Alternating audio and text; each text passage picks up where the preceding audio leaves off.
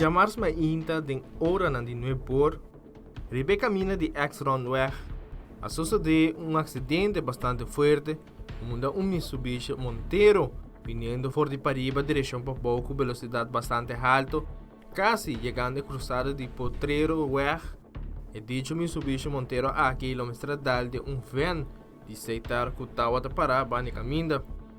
Emissora central de polícia queda informada de acidente aqui. Emissora a dirigir polícia de Oranjestad e polícia de tráfico no sítio.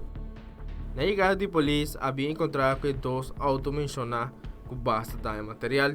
Também a pedir para a ambulância apresentar no sítio de bico e dama que estava correndo em Mitsubishi a queda levemente herida. Polícia de tráfico presente no sítio a tomar dados e a concluir que a velocidade alta está um rol de acidente aqui.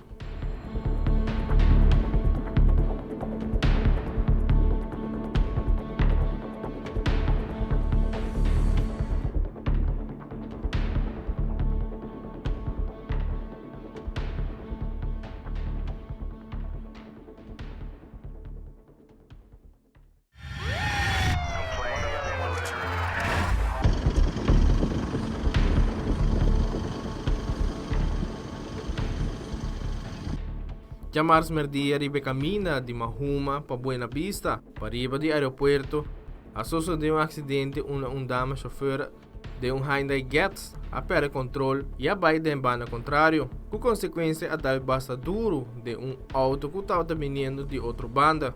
O impacto hace que o auto que estava vindo for de Buena Vista para Mahuma, a baia cai de monte. Emissora polícia de Santa Cruz e polícia de tráfico apresentar no sítio.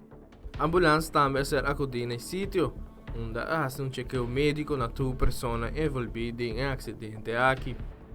Polícia de tráfico toma data de acidente aqui com a suceder e caminha de Mahuma direção para Buena Vista, para riba do aeroporto.